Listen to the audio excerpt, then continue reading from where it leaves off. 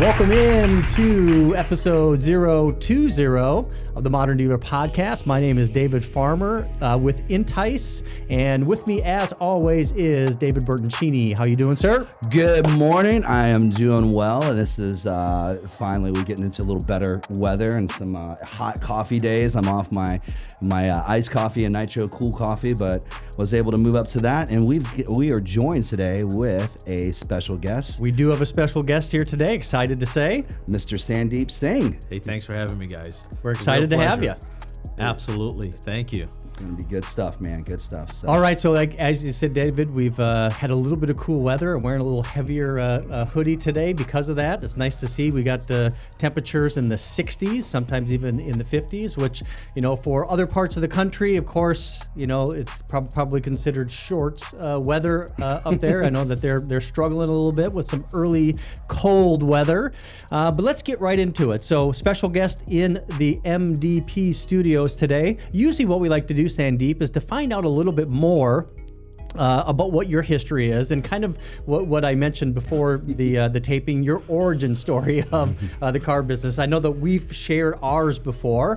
Me and David go back into the late 90s working in a Toyota dealership.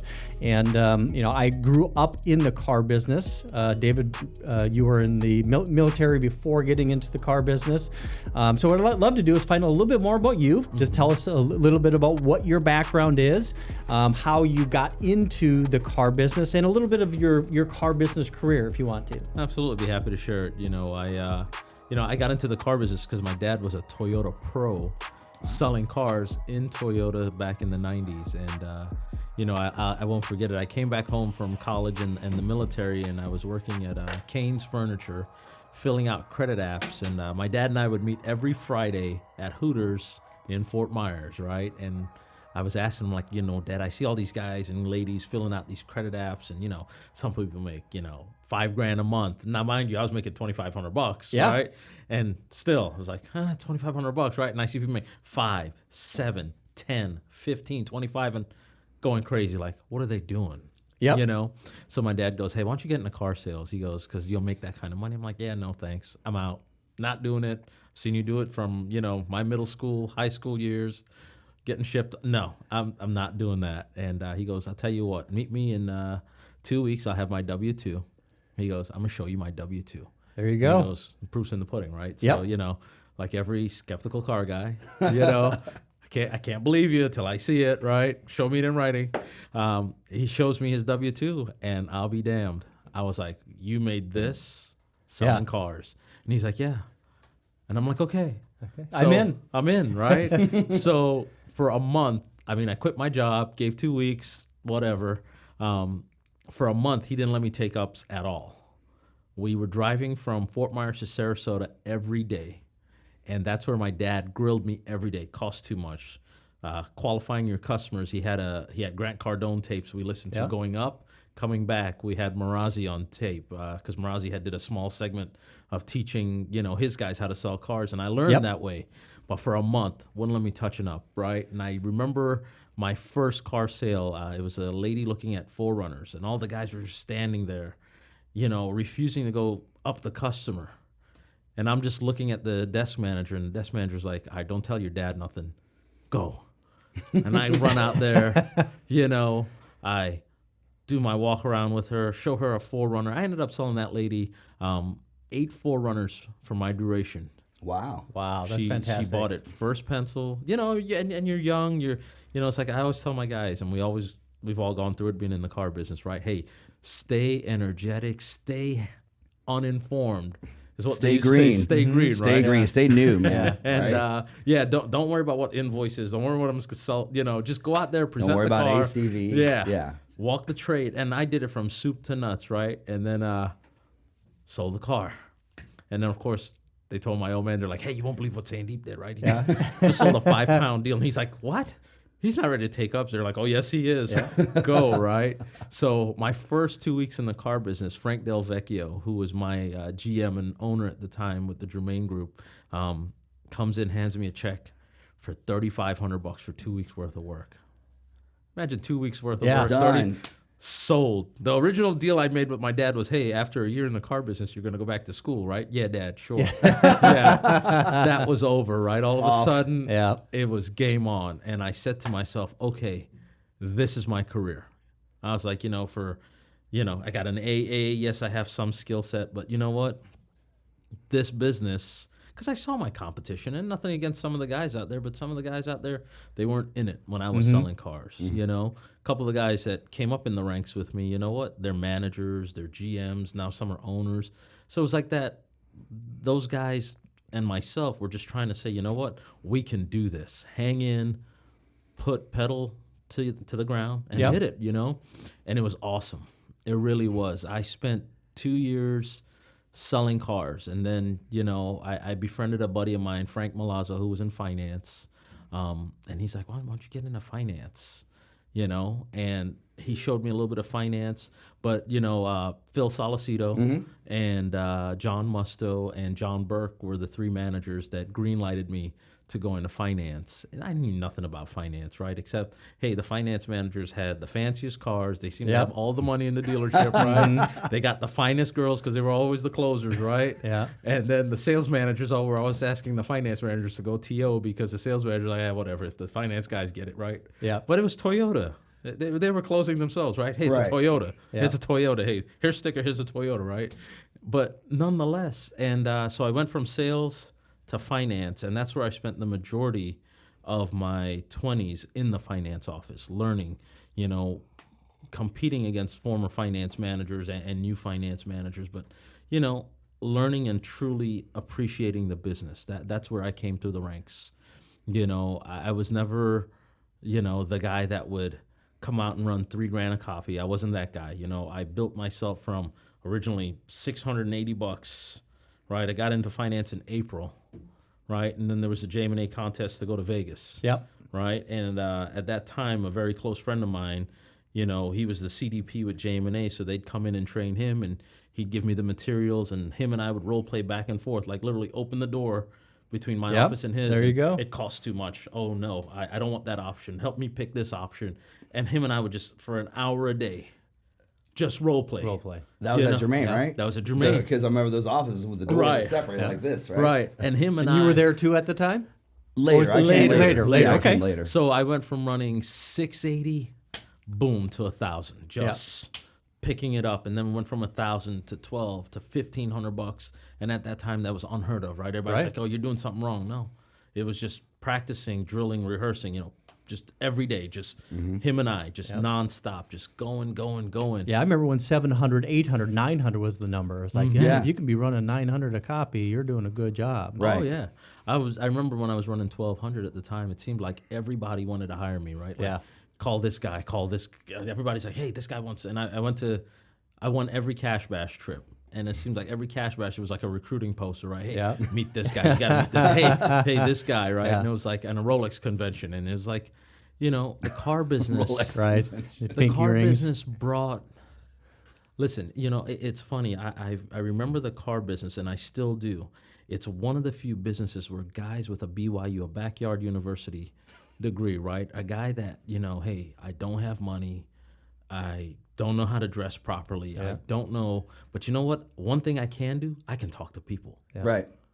And the car business is still a people business. It is. We talked about that a lot last episode, people business. Episode. It's about creating that, so just a little bit to pick up on some of your stories, because I do want to hear some more. So it's great to hear the connections. I pulled this out earlier when you said that your dad was a pro. So this is my pros ring from the 90s.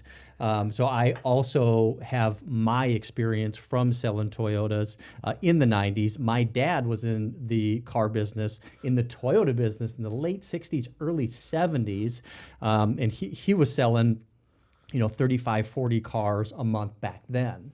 Just killing it. And that was in the time when they were not popular, and people were exactly. like, I'm not buying Japanese. What's that car? Oh, no. Yeah, that was a hard time to sell, to deliver that many cars. I mean, damn. Yeah, because if you think back about those times, it wasn't until the gas crunch and I think that was 77, 78. 75, yeah. So he was selling before that, exactly.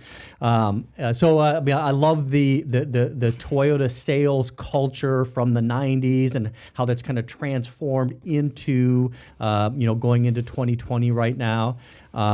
There's something else I wanted to mention based on your background, but it eludes me now. So right now you are a general manager of a dealership. I am.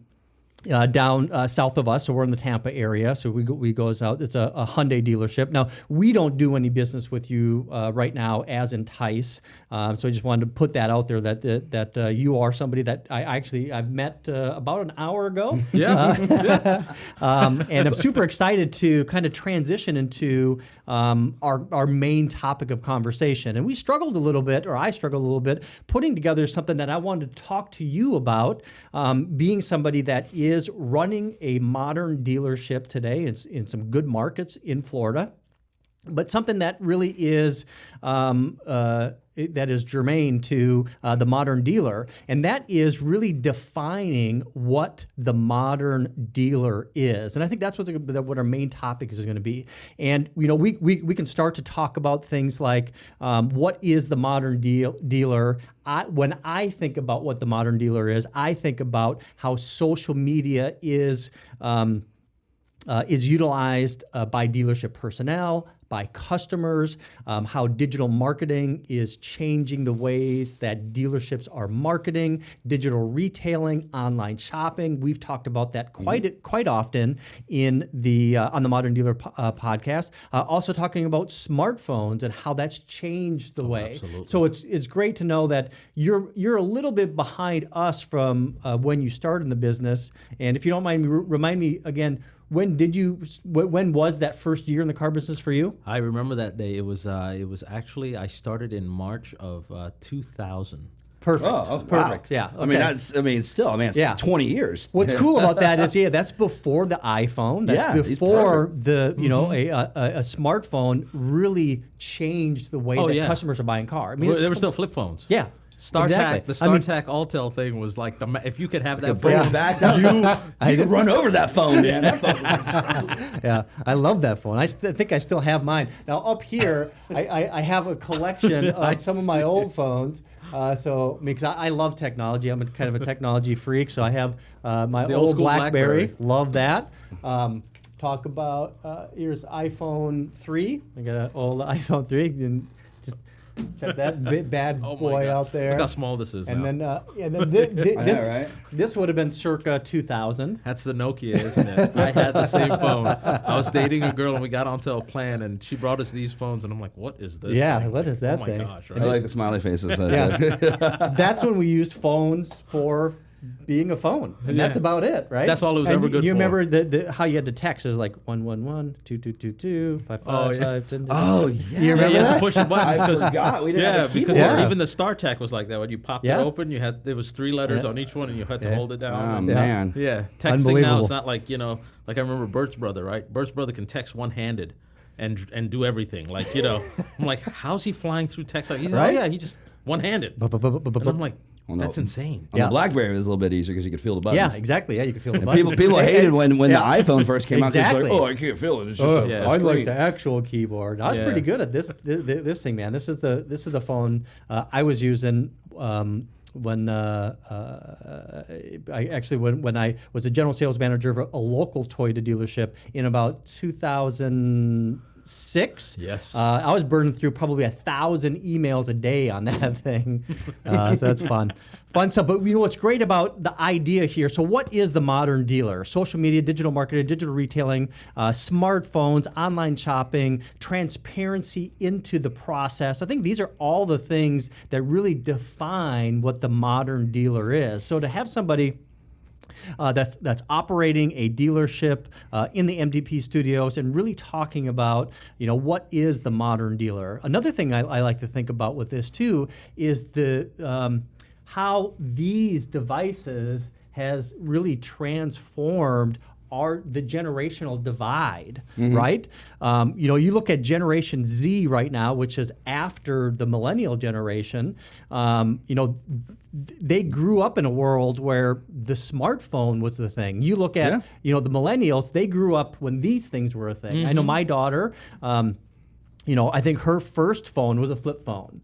So her first phone was not a smartphone, right? But Right. you look at the Gen Z population now; they're growing up with broadband and fast internet speeds, and having the ability to get any question answered that you could think of in a matter of seconds anywhere you are on the planet, right? And the smartphone has completely changed the way that we communicate and do everything, right? And I really love the idea of looking at the generations and how that is defining the modern dealership, right? So we're about 16 minutes in, so we don't have to close down this first episode. But what I want to do is let's just talk real quick about this generational divide, and I'd like to get your perspective of the people that you're hiring right now, and how you see that part of it changing.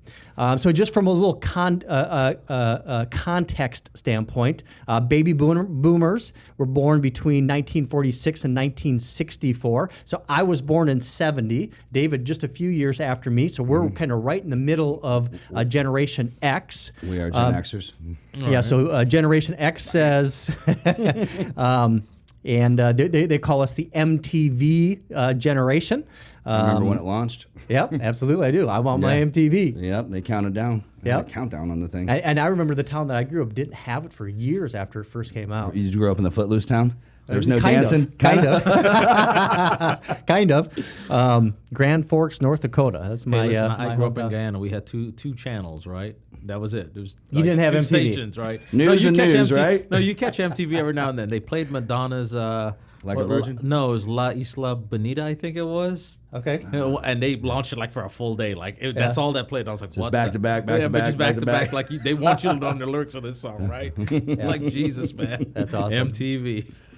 Yeah, Too funny. Also the latchkey generation, and I think a lot of people think about us kind of growing up parentless, right? Our parents just let us do whatever the fuck we wanted to do. You want to just take your bike and go off for But it was 8 or safe 10 then. hours. It was safe. Yeah, It was exactly. okay. It was safe. Yeah, You it's knew when your different. mom said, "Hey, get your butt inside the house." Okay, yeah, shit. Pedal home, right? Yep. Like you be at your Lights come on, you come home, right? exactly. Lights Right? are on, It you was better be home. safe, right? Yeah. I mean, hell, not now. Shit. Now you got Pennywise out there. Right? For real. What's funny to think about, how cell phones and smartphones and how we grew up. When I was 17 years old, I had a old shitbox, a Cavalier. I drove that car from North Dakota to Las Vegas through the Rocky Mountains with no dear cell God. phone. A Wow. shitbox Cavalier. Now, would you ever let your with the Rand 17-year-old McNally? child drive across the country in a shitbox Cavalier? I did that once. I too, man. know. When I was 17, I went from You wouldn't Tampa to Boston. I drove a shitbox Cavalier we took in on trade Christmas Eve, thanks to one of my managers from fucking Key West, with no air, back to Fort Myers. Oh my God. Right, and that was a in the day. 6-hour drive. Yeah, and talk about right. But go back to what you're saying. Like I was just at the Hyundai Auto Show, and they had a guest speaker talking about technology. He's a futurist, right? Yeah. So what a great concept. He's got something called a futurist, but the guy's legit. He had a valid comment, and we're so blind to it. When you see your 3-year-olds now, what's the first thing the people are handing their kids? They're handing them tablets, iPads. Yeah. Like they're ruining it for those kids. Like Yeah. it's done. Try to take that away from the kids now. Yeah, you can't. You can't. Right? It's like you got to pry them. My kids, Yeah. right? My kids. Your daughter is how old now? 17 months today, And and she's she is probably already, navigating it. she already knows how to swipe. Yeah. She Yeah. knows how to swipe right. She's like, no, I don't like this video. I don't like it. Yeah. And then if she doesn't, she grabs my hand. She, Yeah. I'm like, Yeah. seriously? And I look at my wife. This is your fault. She points at me like it's my fault. I'm like, It's all our fault. It's all our because fault. now what I'm we're to blame. doing, like we're annual pass holders, so we see the kids. The kids have cell phones. The parents have cell phones. The teens have cell phones. Yeah. And it's like, instead of having a conversation, we're all on our cell phones. Yep. All of My this. kids, right, they want my wife's phone, right? They're just playing with it, 6 and 8. Yep. And I'm like, okay, right? When you were 6 and 8, you were outside playing. You're running around. You were active, all that. Yep. Now, when they come in the car dealership, parents Oh, yeah. hand the phones off to the kids, right? Yep. And what's the first thing some of the kids do? You're talking about a modern dealership. First thing the kids do is they go to your website, and they're pulling up the cars for the parents. Hey, mom, dad, look, hey. Look at this one. Look at they this do one. have a white yeah. one here. Think about They it. do- Yeah. The kids yeah, especially, yeah. the millennial young kids, hey, I'm 17 years old. I came in there with my parents. They're going to buy a car. It's for them. But all of a sudden, the 17-year-old's got more input. Yeah. And Hey, Mom, Dad, look at he's this actually the the catalyst to the entire decision making. Yeah. So I mean, because these it's good they have the technology, and it's good they're connected like that, and they're the ones that are now the advisors to their parents, because their parents are like, well, they'll turn to their kid and they're like, well, what do you think? Mm-hmm. So I mean, that's, oh, Mom, Dad, did you know the car had this safety feature? Yeah. Mom, Dad, do you know it's got this? And if you don't have a staff that's up on the product, because at the end of the day, we're all salespeople, right? Mm-hmm. And when we worked in Toyota, you had all the videos, and the SET reps would come around and train you on the 6-point walk around, Yep. right? Mm-hmm. Hood, trunk, the whole 9 yards, right? And we still do that, but it's kind of lost its art form a little bit, because now everybody relies on the internet. The internet's going to We tell used me. to be, as salespeople, we were the product experts. Correct. If you wanted to learn something about a vehicle, you had to go to a dealership and ask questions. You couldn't go to a YouTube because there was no YouTube. We're going to go ahead and wrap up our first segment, and I want to come back. I want to pick up exactly where we're at right now. Definitely want to hear more about the futurist from the from the Hyundai National Dealer Meeting. So with that, we're going to take our first break, and we'll be back in just a minute.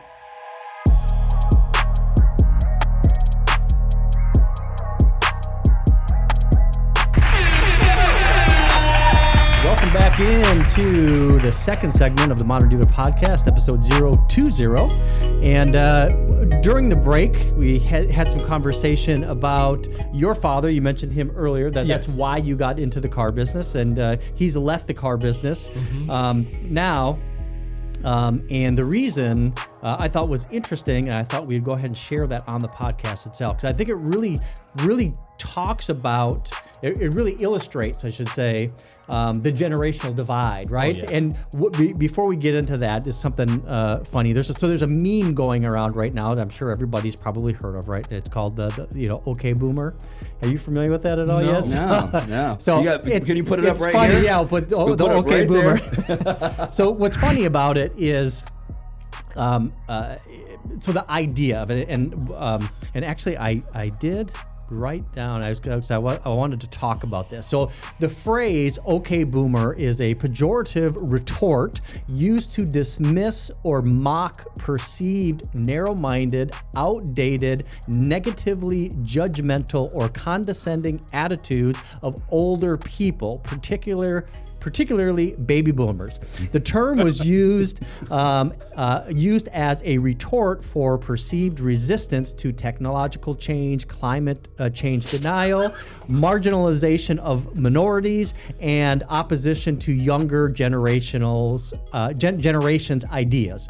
So, I mean, in simple terms, you think about, a baby boomer, somewhere in the baby boomer generation, right? They're saying, you can't have your hair long, you can't be wearing any piercings. Get rid of those. You can't have tattoos. Right. I mean, when I was young, we had to do this. Right. Right. So that's the whole. And then the retort would be, "Okay, boomer." Okay, boomer. Whatever. So that's right? that's the meme. That's the OK Boomer. So that's the OK Boomer. So it's kind of a negative term, but it's this. It really illustrates the generational divide, especially if you take Gen X out of it. We talk about millennials, which would be like my kids' generation, and then the baby boomers being my parents' generation. There is a divide there, and the way that the way that they grew up versus the way that the millennials are growing up. It's a huge difference between them. So anyways, I thought that was a good way to kind of tie into what sounds like might be the reason your dad said, you know what, I think I'm out. Yeah. So it was, I remember he was working at a store in New York.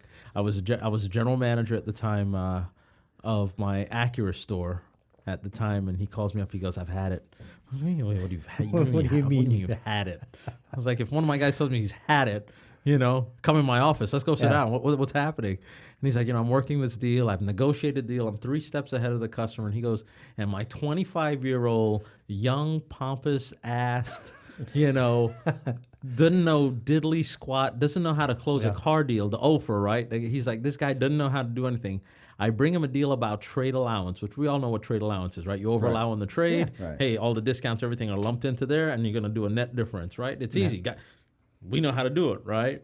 And this guy was telling my dad, that doesn't work for me. And he's like, what do you mean it doesn't work for you? Well, I can't do that. It doesn't fit in the computer screen. My old man is like, fit in the computer screen. He goes, here's pen and paper. If my MSRP is 50 grand and I'm going to over allow you, right? What's my ACV of the car? Well, the ACV is 20. Okay, and I'm going to give him 10 grand in discounts, rebates, all that, and lump it in, make it 30. Right. What's my net difference? Yeah. And the guy's like, I still don't understand. And he goes, get the fuck out of Oh here, my right? God, right? So my dad's like, Oh. Sandeep, I've had enough. I'm going somewhere and I'm chilling out. I'm done. And I'm like, all right, Dad. But, you know, it translates to like my guys. I have older sales guys on my floor. And I always tell my managers this, listen, don't disrespect them because at the end of the day, the salespeople are the guys in the trenches with you. Yes. Without them, you wouldn't be where you're at. Yeah. Because if they all did what they were supposed to That's do. the front line, right? None of us Yeah. would be managers, right? Yeah. You wouldn't need a GM, you wouldn't need a GSM, you would none of that, right? We'd all just be a bunch of like $2,000 a month clerks cleaning up after them. If every salesperson fired on every cylinder, right? Yep. Never forget where you came from. I mean, sometimes I get it. You got to dress down, but you don't dress down like we used to back in the day. I remember my sales manager takes your deal jacket and launches across the room, or a motherfucker, you're like, you such and such, you suck, your mom We were talking suck. about that Yep. with Lloyd. Remember the old Yep. finance managers, the deals? Oh, on yeah. the floor? Frisbee- It's the same Frisbee thing. We've all deals, right? seen that. You're yeah. like, right, exactly. Or a stapler comes flying across your head, or, you know, Yeah. those days are over. As Yeah, a they modern are. dealer, Yeah. they are so far over. Yeah. Because you now have to be more of a coach, counselor, and showing your guys, why are we doing this? Everybody has to buy into the idea. Listen, the car business is changing again. It's going to change now. It's not 5 years from now. It's not 3 years from now. You know, the cell phones, the internet. Yeah. Everything has turned this business from brick and mortar. Because listen, not everybody's going to go, yeah, I'm going to vending machine my car. I'm going to, you know, deliver my car to my front door. I get that part. Yes, it's a great service, but you're still in the people business. You have to sell the experience. When I sit with my COO and he says, guys, get it around your heads. People want an experience. They can go to any Joe Blow Hyundai dealer, right? Yeah. No disrespect to any other operators, right? But hey, you can go anywhere and you can buy the Hyundai. The same Hyundai is at your store, is at that store. It's a commodity. All right. That's one thing that we talked about before, is that there's no difference between this Hyundai, that Hyundai, Right. and the Hyundai you can get someplace else. It's a commodity. Right. all built in the same factory. And if it turned out you had the Hyundai my customer wants, I'll call somebody and dealer trade it behind you and probably pick it up, right? Or Right. call you and say, hey, Yeah. I got your customer here. Let's just go ahead and wrap up the deal, right? It is about the experience. It is. It is about the experience. And you have to have savvy enough individuals. I don't mean savvy. Look, they have to look the part. So one of the things we do as a modern dealer, we've adopted something, we coined a phrase called genius. So in Genius, I hire someone who's never sold cars before, That's the way I like it. right? For 90 days minimum to 180 days. All they do, they deliver the car with the customer. They learn the product. They learn the Bluetooth, the operating systems. They touch the customer with the salesperson. They deliver, do the checklist, they pair the phones, they answer all questions. They know everything about every product. So when a customer comes in for service, hey, my Bluetooth doesn't work, help me, right? And you know, sometimes in service, hey, go see the sales guy, right? And So I think this is a great. I think that is something that really defines the modern dealer. So in your business, you have these as salaried people. They get paid by hour. by and- hour, 40 okay. hours, full benefits. But here's what it also does. It brings them into your dealership's culture. When I sat with my COO, he told me first about it. He was reading it. Automotive News had an article on it. BMW does that Correct. now. Our BMW Okay, yeah. store in Ocala does that. But he was telling me about it. And, you know, hey, I'm one of those old car dinosaurs, right? When you look at me, hey, I've been doing it for a while. I came up for the manager, just dressed you down right there, right? Or Yep. if you messed up on the pencil right in front of the customer, I'm going to have my pound of flesh right there. I don't care, right? And you have to change yourself. Yeah. You know, you don't see the big dealers doing that, right? Do you want to be that old school dinosaur? And I'll lead you to, you know, that's not the case. So these guys and girls come in, they deliver the cars, they learn our culture though. They see what it is to be like in the car business before I spend training on them, which is $2,500 a person, before you sit them at that real estate desk, right? Because you got to figure you're paying for the real estate of that individual, and every store is different as to what that real estate costs. But it's what, about $1,000 a month. Yeah. When you think about it, right? Wherever their seat is in the showroom. Right. Well, I mean, Yeah. you actually, if you even go beyond that, What's it we cost know you what per the up? average cost per person walking in the door I is, do. right? Yeah. On my financial Yeah. statement, I do. You know It what shows that me cost is. exactly what So- it is, right? Every time that they get that $750 a face-to-face person opportunity, walking in, man. yeah, Right. absolutely. I remember just real quick when I was when I operated my last dealership, which was the Toyota, a brand new a Metro open point dealership. I was the #1 employee. I built this store before it ultimately got sold about a year after we opened it. But I hired a full staff of non-car people for the salespeople. 36 salespeople. We had a 10-person BDC. Trained them completely throughout what our sales process was, and I completely agree that is the way that defines a modern dealer, and that was 11 years ago.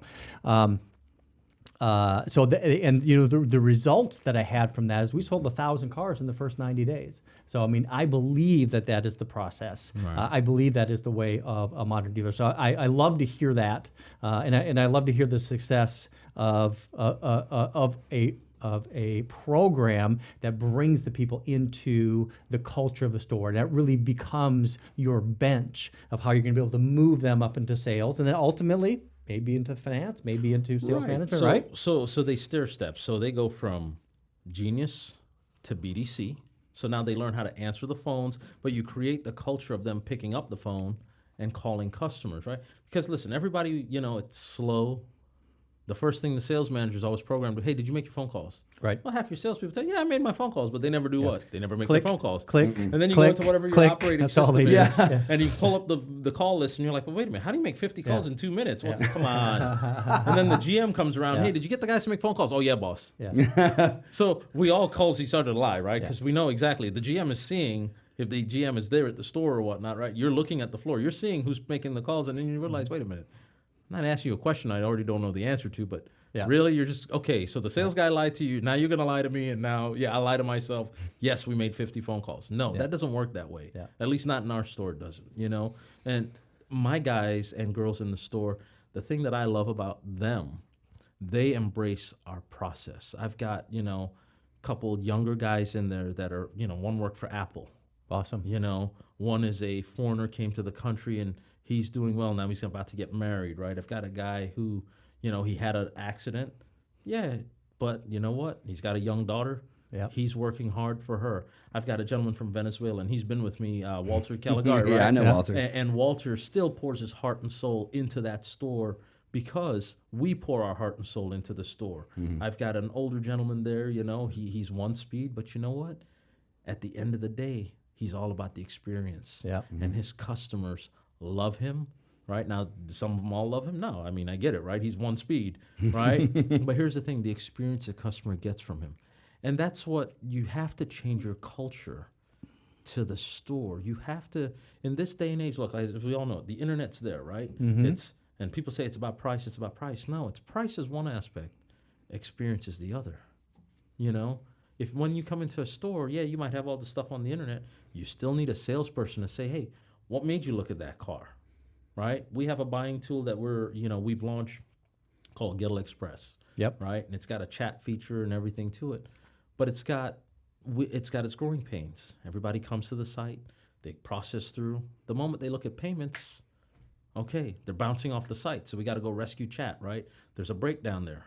So we've got to figure out now, okay, why are they leaving the site after the payment? Did we give them all the information? Not enough, or did they get scared of the payment? Like, one chat we rescued the other day, lady's paying $480 on a Corolla. She's looking at a Sonata, and the payment's $500. Payments are too high. Well, wait a minute, ma'am. You pay $480 on a Corolla. How's the payment too high for $500 on a Sonata? Yeah. Well, my negative equity. Well, we all got negative equity. But the computer didn't, have to, it showed her all that, and she just saw the number, and oh my God, right? My internet team and my sales manager team jumped onto that chat, eventually picked up the phone because she gave us her number at the end, called her, she took delivery at $590 a month. on a Sonata. And a lot of times it comes down to educating consumers and being able to be able to answer the questions.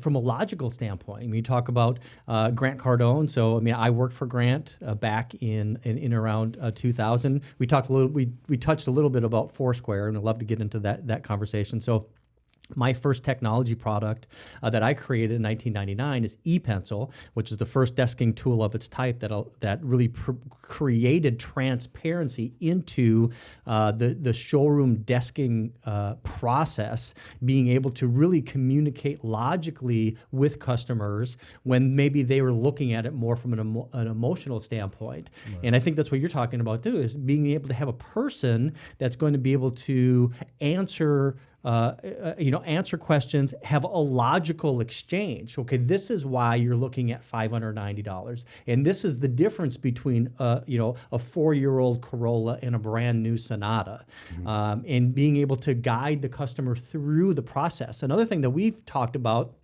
as kind of a definition of the modern dealer and the modern salesperson is really transitioning them from what we were back in the 90s and early 2000s, where we were product experts, or we were expected to be product experts, Right. where today it's really more about being a process expert. Salespeople today, it's great that they have the product knowledge, and I think that they need it, but I think what's even more important to that is having the process knowledge to be able to have those logical conversations. The logical conversations is really what provides the transparency into the process and why it's $100 more per month and why the value is there, because you're having those logical exchanges. Right? Yeah, absolutely. I mean, obviously, and just to kind of tack onto that customer, I was paying $480 for a Corolla and then moved up to a Sonata for $590. I mean, it takes from that transition from that chat to picking up the phone, talking to that customer, and making them feel that experience of the culture, that human touch that it needed to transpire. But you just can't have somebody calling that customer was just like, I'm not going to call that customer because, just reading the chat and they're like, oh, I don't want to get involved in that. That's kind of some old school mentality. But the modern dealer being like, hey, we use the technology, we transitioned to bring the customer in, and we just had to put our own feelings and touch on it. And she delivered at $590 a month on a Sonata. God bless her. I'd rather be paying $590 for a brand new Sonata than $480 from a shitbox Corolla. Well, wait till you see the new Sonata. I mean, so 2020 or something? Or? Oh my God! I've seen pictures of it. Right? They've had pictures of you it the last couple months. No, it's not out yet. It comes out in January. Okay. So I really got to liquidate my 19s, right? You So better if not you're let that looking lady for a find out. 19, Yeah, come on down, right? come on down. Put the old spin on it, right? There's a dealer for you, right? Come on down.com, right? I love it. No, it's amazing, But the thing that, like I was telling Bert, one of the major disconnects you have is a lot of guys will run their showroom with all intensity.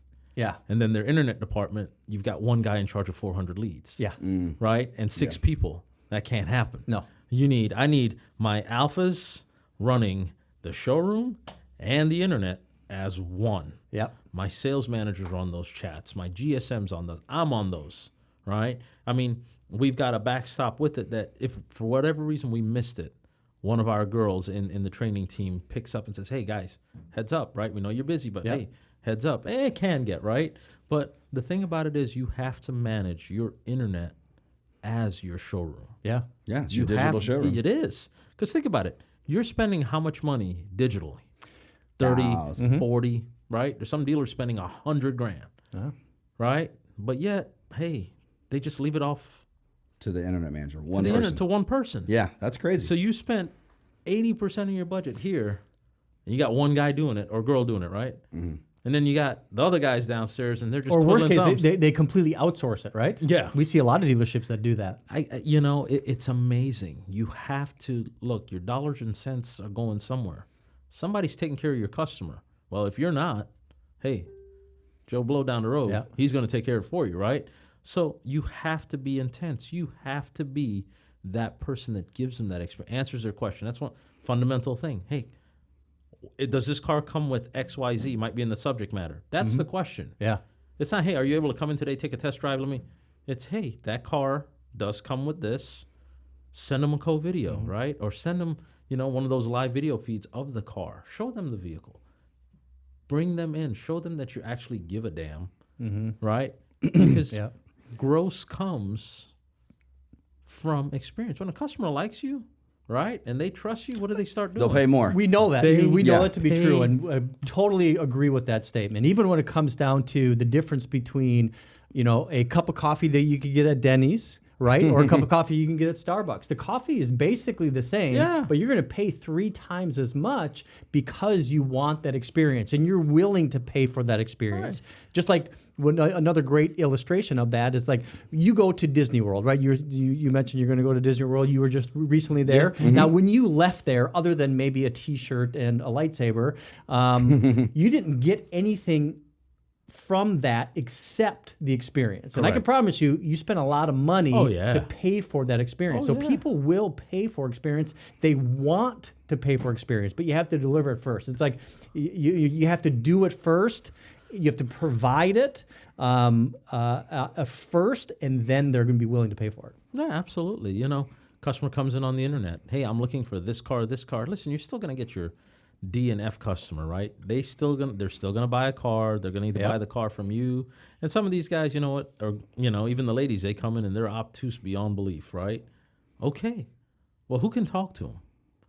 And if your salespeople can't, that's where your managers on an early TO, every 100% of the time, get up off your rear end.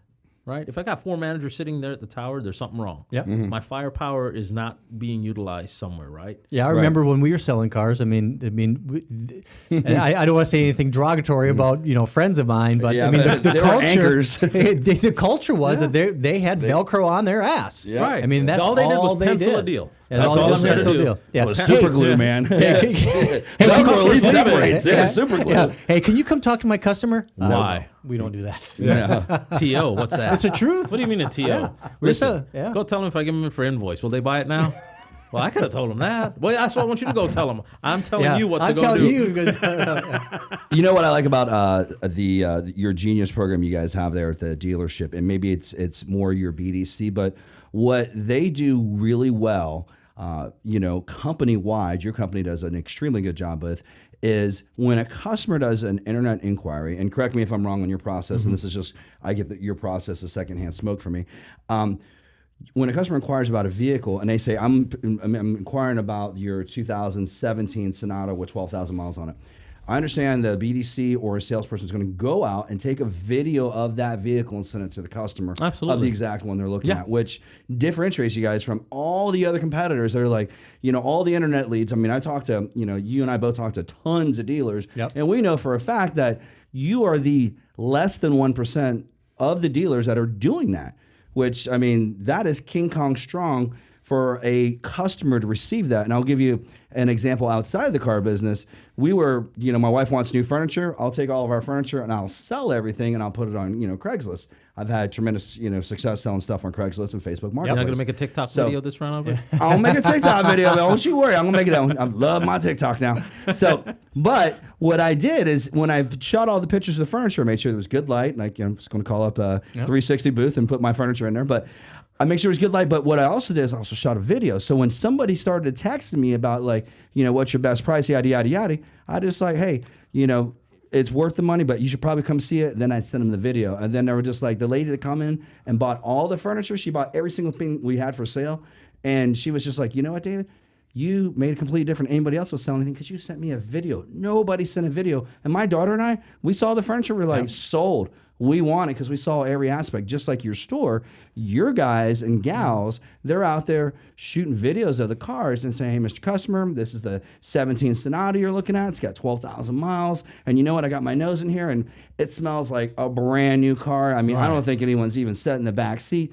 These are the things that they cannot Google. These are the things they can't really search out on their own. Right. And it takes that modern dealer experience to know that, hey, I need to transition from an internet lead to a connection with this person by saying, hey, Fred, I know you're inquiring about the 17 Sonata with 12,000 miles, and here it is. This is the one you're looking at. Like I said, I don't think anyone's even opened this back door to this car.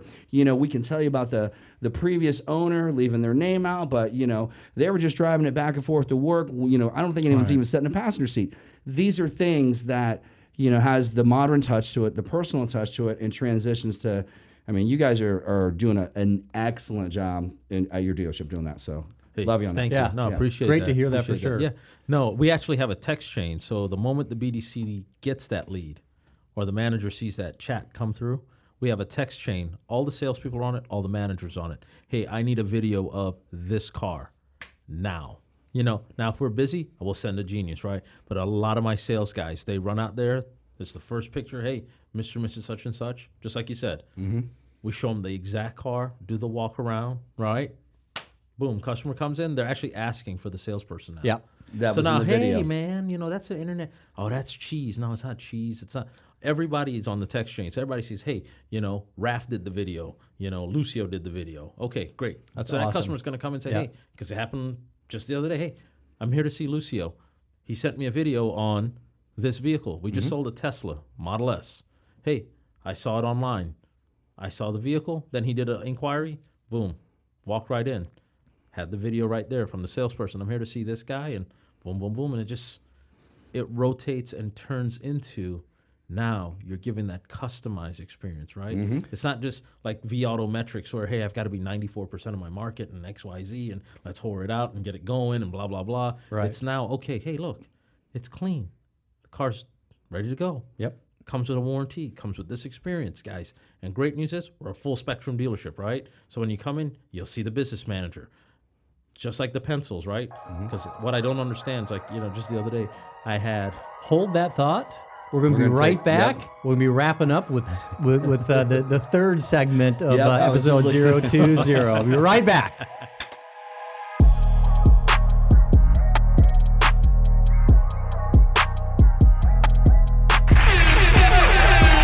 Welcome back into the final segment of episode 020, the Modern Dealer Podcast. When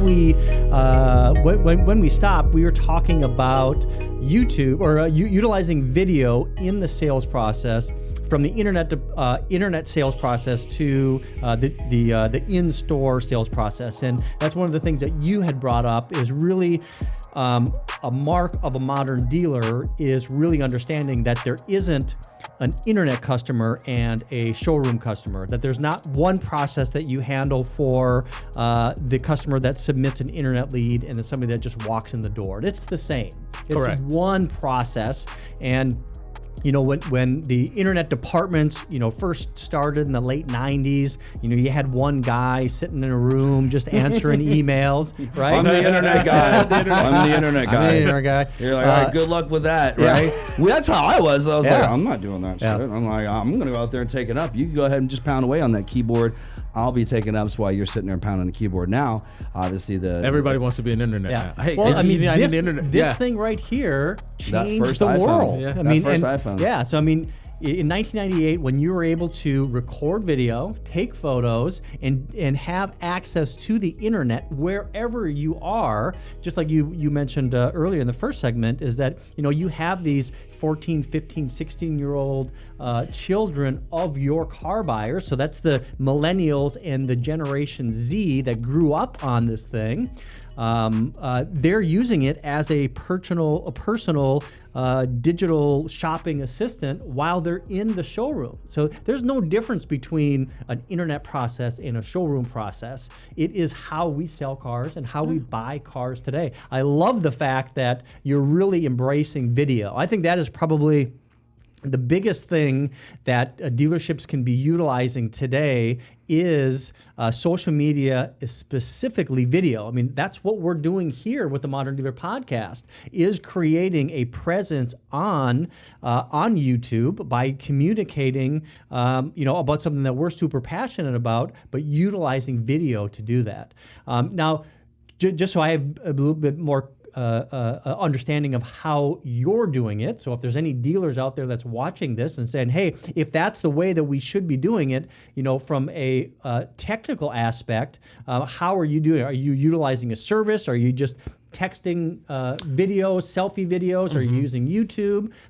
What's your structure to be able to do it? So we use co-video currently. Okay. So we have our guys go download the app. They do the video, they upload to the internet manager and the BDC team, and then they personalize that with the email, opening of the email, the greeting to the customer, and also the code video is personalized to the customer. We use the customer's name. Gotcha. You know, we introduce ourselves. We show them the car, right? So, and it's through code video. A lot of our stores have now transitioned. There's some using YouTube. That's something new for us. We haven't really gone into. It's something I'm trying to learn also with it. You know, hey, just like everything else, right? Either you evolve or You'll be dissolved. Yeah. Evolve or dissolve. That's my slogan this week. That's going to be one of your tips, right? I think that's great. I think that number one, I think utilizing this. I think we're all really figuring out how we can use digital tools today and social media to change the way that we provide the experience. I think utilizing the inherent technology that's available organically, like YouTube, versus utilizing a specialized platform. I think that is really the way that we're going to be migrating, and I think it's really important to understand too that the tools that we're using are changing on a daily basis. We offer. Search engine marketing for so Google pay-per-click advertising, digital. Display ads, video through DV360. And so we do that for some of our dealers. And what's really interesting about being in that technology space is that really understanding how fast those things change. We have pundits within this industry saying, you need to do this, you need to do that. This is the way to outsmart Google. I can promise you nobody is outsmarting Google. Nobody's going to outsmart Facebook. Yeah. I mean, things change too fast. Google Analytics is changing all the time. Google Ads is changing all the time. They're experimenting. They got tons of beta tests going on all the time. So I don't want to go off on a tangent, but really I think the most important thing is understanding is that everybody is learning every single day because it changes every single day. You were talking about TikTok earlier. I mean, that's a new social media platform that everybody's trying to figure out. How can you utilize this? How can we as marketers, as business people, leverage YouTube or Facebook or Twitter or TikTok to be able to use that as a communication platform. Can't compete on Instagram. I mean, there's too many models wearing floss all over the place, right? I mean, I don't want to offend anyone. Right. No, you're 100% right. I mean, it started out as a photography application, Instagram, and then of course after Facebook purchased it, and it's evolved to what it is now. But let me just, we'll have to do a whole episode on TikTok because I mean that is. An amazing, just crazy platform, and that's just basically another area where you can possibly just grow. And what I've been seeing lately on TikTok is just advertisers are starting to come on there, and somebody had brought it up to me like 3 or 4 months ago. What do you think about TikTok? I said it's for kids, and they're like, nope. No, because what happens is I'll binge watch for 2 hours. I'm like, I've been watching, not 2 hours, but maybe 45 minutes. I'm sitting there staring. Okay, maybe it is 2 hours.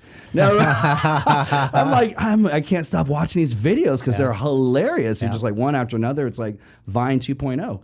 But all right, I'm off. Yeah. Well, imagine if they filmed some of your sales managers from back in the day. Yeah, right. You'd have like a ton of hits. Oh, yeah. Think about it. Right? Yeah. Plenty. That's all the content right there. A lot It's of like them comedy. throwing the crap at you. Just throwing staplers and deals and stuff. Oh man, I feel the TikTok video coming on. I got it. But you know what is great that you brought up is that looking forward, you're using a successful platform, utilizing video to communicate with customers like co-video. I really think leveraging YouTube directly, and then thinking about how can salespeople and sales managers leverage social media platforms like YouTube to create their own business. I think that there's such a huge opportunity for individual salespeople to use and leverage social media to create their own personal brand and create an opportunity to get referrals. I love the fact that you said that when a salesperson goes out there and says, hey, this is David Farmer, I just want to show you this new 2019 Sonata that I have here, and we talk about that car, and then when that customer comes into the dealership and says, hey, I want to talk to David Farmer, because we have this personal connection, through a device like this. They can also be doing that same thing on Facebook. They can be doing the same thing and creating their own personal brand using social media and creating their own referral traffic, right? Their own being an entrepreneur. When we were selling cars, we had to do the same thing. Right. We just used one of these things to say, hey, just want to let you know that thanks I'm on the lot looking at the car, and that's all you get. I'm out here staring at it, and it's got 4 tires. Smells good. Well, think about it. The young lady that was in Seattle, Washington, that was selling Tacomas, and she had a YouTube page, and all of a sudden she blew up. We talked about her. Laura Madison. Actually, that's in North Dakota. Oh, it's North. Forgive me. Montana. No, I'm sorry, Montana. Was it Montana? Okay, I thought it was Seattle, but whatever. Yeah. Up north, cold. You're right. Whatever. But the thing is, Toyota approached her. Yep. Right. And made her a keynote speaker. Correct. I was at that SMET. When she was the keynote speaker. Think about it though. Most dealerships, and for me, look, it's a different concept. Your traditional advertising, mailer, digital. Yep. Now you have to look to say, you know what, we need, and I know people say e-commerce department, but an e-commerce department is really now a department that is going to brand for you your message.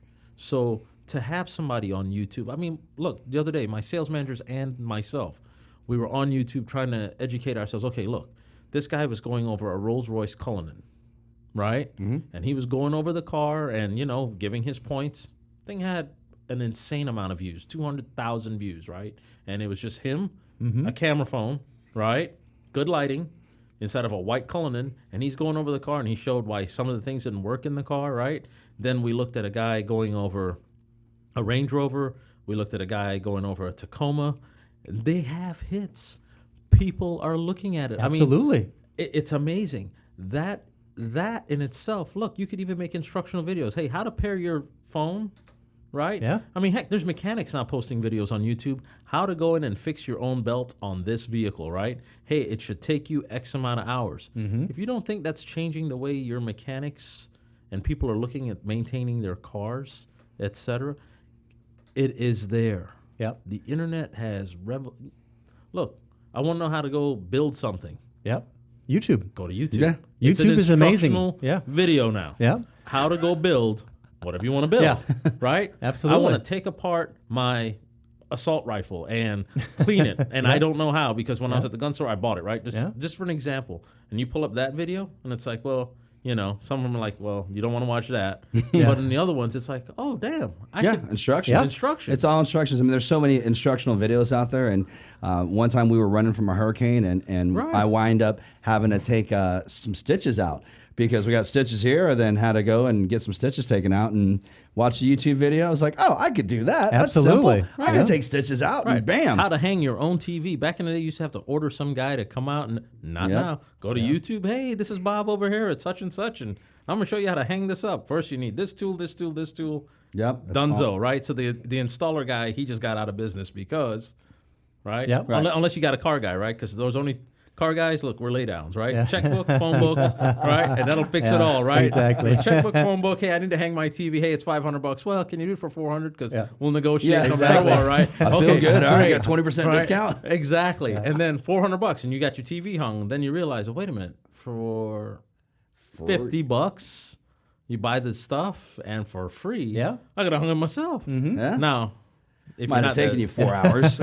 That was the downside to it, because it was just the time, and we looked at the time as the value. But going to that Rolls Royce video, and I'll give you just one little plug for my YouTube channel. So I've noticed I've become more of a review channel of like old cars. So I put this is an '02 Corolla, and I did this. Why the title of the video is "Why Buy a High Mileage Toyota Review," and it has. I didn't do anything to it. It's just the title and just a long tail title and stuff like that. But it was just me walking around this Corolla and why you should buy it, because it had 250,000 miles on it. It's got 14,800 views to it. People that just organically found it. And then I have, what makes it really blow up is I have 161 comments on the video. People always just like, I've got this Corolla, this and that. And it just all boils down to, video killed the radio star. Yeah. Bam. So I tell you what, now we're 12 minutes into the third segment. We're going to go ahead and start getting these things wrapped up. So I think we've had an absolutely fantastic conversation. I think that, some of the bullet points that I put out there for what is a modern dealer, I think it really is all of these things. It's like how we live today is really what defines the modern dealer. We're living in a time where we have baby boomers, we got Generation Z, we have millennials, and now we got Gen Xers, and then we got Generation Z now coming up where you have 18-year-olds, 17, 18-year-olds getting into the business. You have a genius program to really nurture them and introduce them into the culture. We have an understanding that everybody is utilizing devices like this to communicate on a daily basis. So your process needs to involve this in everything that you do. I think touching on how we can natively use the social media platforms that are available today to communicate with customers is something that defines the modern dealer. Using YouTube, using Facebook, using Instagram, salespeople, using this to create referral traffic, utilizing devices like this to make these personal connections with customers to bring them into the dealership. So, it's such a super exciting time to be in the automotive industry. So many things that's changing with social media, digital marketing, digital retailing. We didn't even get to touch about transparency in the process and how to desk deals. Maybe we have you come back in January with something we talk man. about. I'd be happy. I think that'd be fantastic. You got a green Sharpie and a blank paper? Exactly. I like my blue Sharpie when I was doing it. I'd line through the e-pencil. I was like, okay, this is what we're going to do. Take your e-pencil, right? Well, Get your customer to sign sales this. managers were always great artists. Smiley face, Oh, rainbows, yes. cars. Okay, today only. I didn't even think of them as artists. Genius.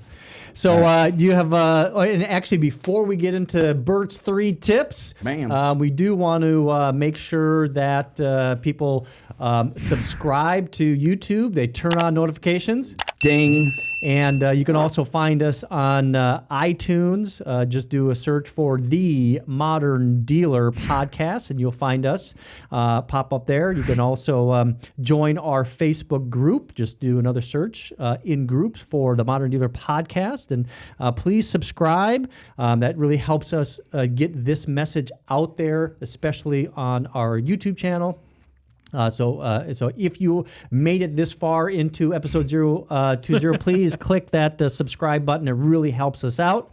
And we're going to wrap this up by going over Bert's 3 tips. All right, good stuff. So my just want to give you my 3 takeaways on this.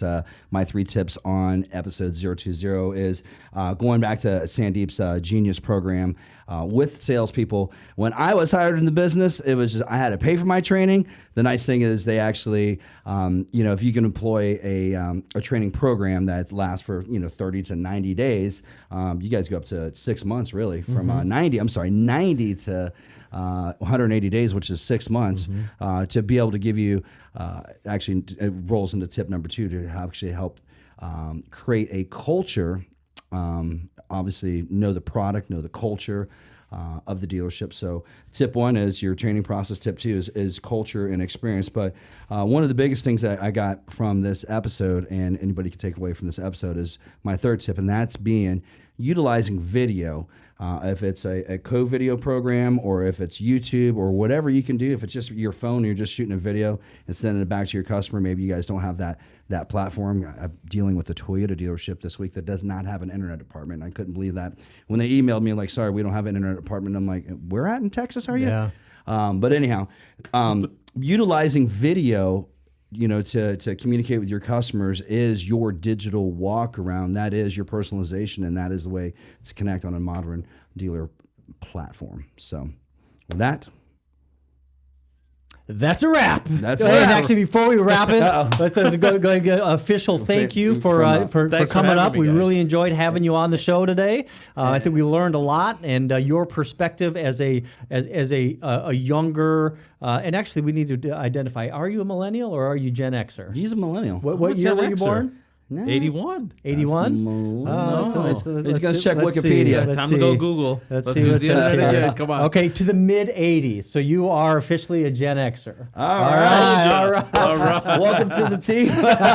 So my wife is actually on the cusp of Gen X, yeah, she's actually a millennial. So, but yeah, Sandeep, I want to thank you because I know that their studios are far away from your dealership, and you drove a long way today to be on the show and stuff like that. But I knew you're going to bring a lot of value when you came on the show. Appreciate and it. you did. And matter of fact, we're going to have to have you come back because there's just so much more to get into and talk about, compliance and F&I, and that was like some of the topics I really wanted to get into. But we're going to have to take a deep dive on another time and get into that. So. Thank you for your presence, and thanks for being here today, Appreciate it. Hope you had fun. How was it? I did it. It was awesome. I can't wait to see how the video turns out and everything in the comments that come back. It's going to be great. It's going Good to be stuff. great. All right, so we're at the end of segment 3, and we're going to go ahead and get this thing wrapped up. Are you ready? Finally, it is A wrap.